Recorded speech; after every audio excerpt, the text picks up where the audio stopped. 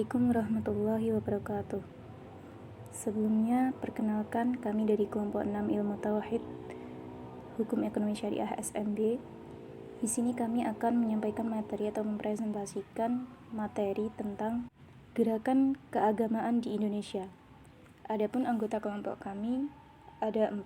Yang pertama Dewi Anggarini dengan NIM 1022100337. Saya sendiri Diana Yasmawati dengan NIM 1022100038. Kemudian yang ketiga Diva Salwa Putri dengan NIM 1022100039. Dan yang terakhir Dimas Rizky Akbar dengan NIM 1022100040. NU Nahdlatul Ulama. Kebangkitan Ulama, disingkat NU, adalah organisasi Islam terbesar di Indonesia yang berdiri pada 31 Januari 1926 Masehi atau 16 Rajab 1344 di kota Surabaya dan bergerak di bidang keagamaan, pendidikan, sosial, dan ekonomi. Kehadiran NU merupakan salah satu upaya melembagakan wawasan tradisi keagamaan dan Ahlus Sunnah wal Jamaah. Selain itu, NU sebagaimana organisasi-organisasi pribumi lain, baik yang bersifat sosial, budaya, atau keagamaan yang lahir di masa penjajahan, pada dasarnya merupakan bentuk perlawanan terhadap penjajah. Berdirinya NU ini merupakan suatu kebangkitan kesadaran bernegara dan beragama yang ditampakkan dalam wujud gerakan organisasi untuk menjawab kepentingan nasional dan dunia Islam. Ada banyak faktor yang melatar belakangi berdirinya NU. Di antaranya adalah perkembangan dan pembaharuan pemikiran Islam yang menghendaki pelanggaran segala bentuk amaliyah kaum Sunni, sebuah pemikiran agar umat Islam kembali pada ajaran Islam yang murni, yaitu dengan cara umat Islam melepaskan diri dari sistem bermazhab.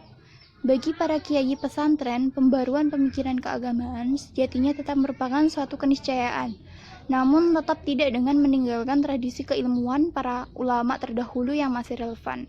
Untuk itulah, Jamiah Nahdlatul Ulama cukup mendesak untuk segera didirikan. Nahdlatul Ulama menganut paham Ahlus Sunnah wal Jamaah, yaitu sebuah pola pikir yang mengambil jalan tengah antara nas, Al-Quran dan hadis, dengan akal, ijma, dan qiyas. Oleh sebab itu, sumber hukum Islam bagi warga NU tidak hanya Al-Quran dan As-Sunnah saja, melainkan juga menggunakan kemampuan akal ditambah dengan realitas empiris.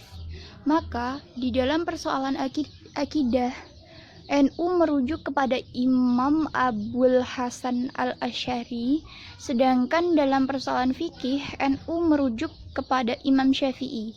Dan dalam bidang tasawuf, NU merujuk kepada Imam Al-Ghazali, namun NU tetap mengakui dan bersikap tasamuh kepada para mujtahid. Kemudian dalam bidang fikih terdapat 3 mujtahid besar selain Imam Syafi'i, yakni Imam Abu Hanifah, Imam Malik, dan Imam Hambali. Serta dalam bidang tasawuf dikenal pula Imam Junaid al-Baghdadi. Berdasarkan lokasi dan karakteristiknya, mayoritas pengikut NU terdapat di Pulau Jawa, Kalimantan, Sulawesi, dan Sumatera. Pada perkembangan terakhir, terlihat bahwa pengikut NU, perkotaan maupun di perdesaan, mereka memiliki kohesivitas yang tinggi, karena secara sosial ekonomi memiliki problem yang sama, serta selain itu juga sama-sama sangat menjiwai ajaran Ahlus Sunnah wal Jamaah. Pada umumnya, mereka memiliki ikatan cukup kuat dengan dunia pesantren, yang merupakan pusat pendidikan rakyat dan cagar budaya NU.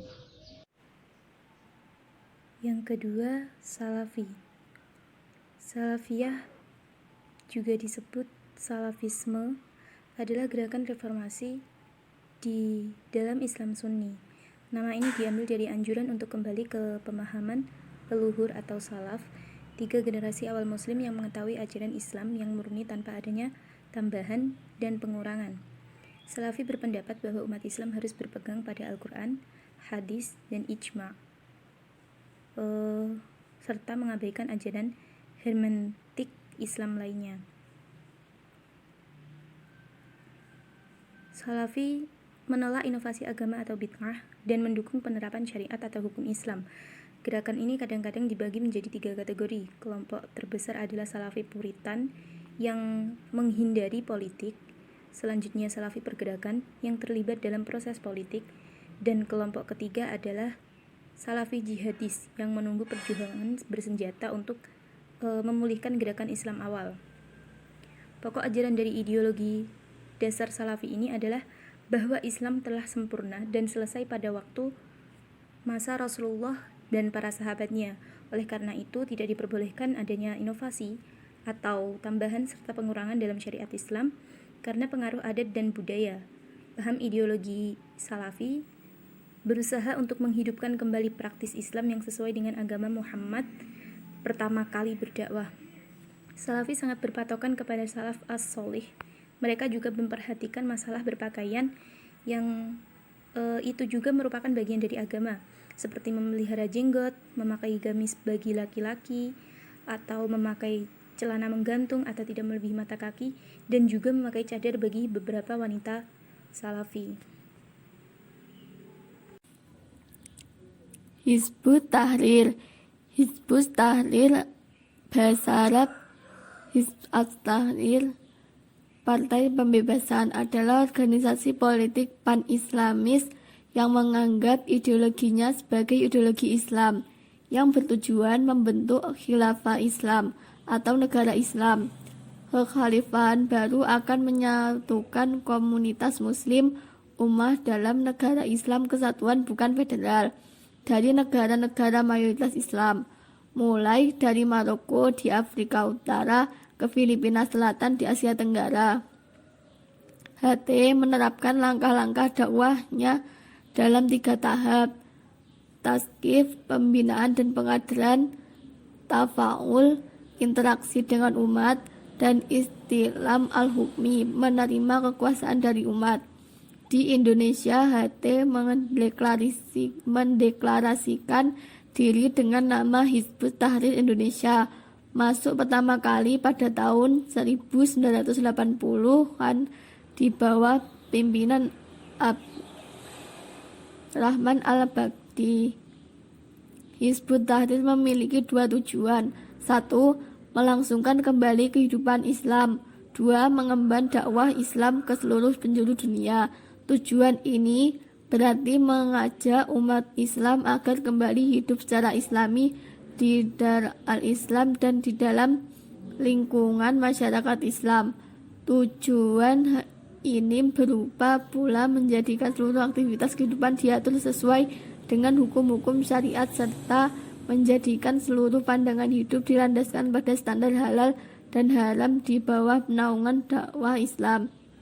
Pemerintah Indonesia secara resmi telah membubarkan Hizbut Tahrir Indonesia pada tanggal 19 Juli 2017. Pembubaran HTI dilandasi atas ideologi yang mereka bawa. Pendirian negara syariah dinilai tidak sesuai dengan amanat Pancasila dan Undang-Undang Dasar 1945. Selanjutnya, Muhammadiyah. Muhammadiyah adalah sebuah organisasi Islam yang besar di Indonesia. Nama organisasi ini diambil dari nama Nabi Muhammad SAW, sehingga Muhammadiyah juga dapat dikenal sebagai orang-orang yang menjadi pengikut Nabi Muhammad SAW. Tujuan utama Muhammadiyah ini adalah mengembalikan seluruh penyimpangan yang terjadi dalam proses dakwah. Penyimpangan ini sering menyebabkan ajaran Islam bercampur baur dengan kebiasaan di daerah tertentu dengan alasan adaptasi. Dalam catatan Adabi Darban, ahli sejarah dari Universitas Gadjah Mada, kelahiran Kauman, nama Muhammadiyah pada mulanya diusulkan oleh kerabat sekaligus sahabat Kiai Ahmad Dahlan yang bernama Muhammad Sa'idu, seorang khatib Anom Keraton Yogyakarta dan tokoh pembaruan yang kemudian menjadi penghulu Keraton Yogyakarta. Kemudian Kiai Ahmad Dahlan memutuskan setelah melalui salat istikharah pada masa kepemimpinan Kiai Dahlan pada tahun 1912 hingga 1923, pengaruh Muhammadiyah terbatas di karesidenan seperti Jakarta, Surakarta, Pekalongan, dan Pakajangan sekitar daerah Pekalongan sekarang. Selain Jogja, cabang-cabang Muhammadiyah berdiri di kota-kota tersebut pada tahun 1922. Pada tahun 1925, Abdul Karim Amrullah membawa Muhammadiyah ke Sumatera Barat dengan membuka cabang di Sungai Batang Agam. Dalam tempo yang relatif singkat, arus gelombang Muhammadiyah telah menyebar ke seluruh Sumatera Barat, dan dari daerah inilah kemudian Muhammadiyah bergerak ke seluruh Sumatera, Sulawesi, dan Kalimantan. Pada tahun 1938, Muhammadiyah telah tersebar ke seluruh Indonesia.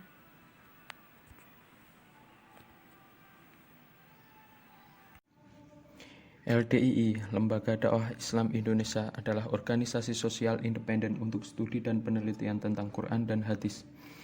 Sesuai dengan visi misi, tugas pokok dan fungsinya, LDII mempunyai tujuan untuk meningkatkan harkat dan martabat kehidupan bermasyarakat, berbangsa dan bernegara, serta turut serta dalam pembangunan manusia Indonesia seutuhnya yang dilandasi oleh keimanan dan ketakwaan kepada Tuhan Yang Maha Esa, guna terwujudnya masyarakat madani yang demokratis dan berkeadilan sosial berdasarkan Pancasila yang diridhoi Allah SWT.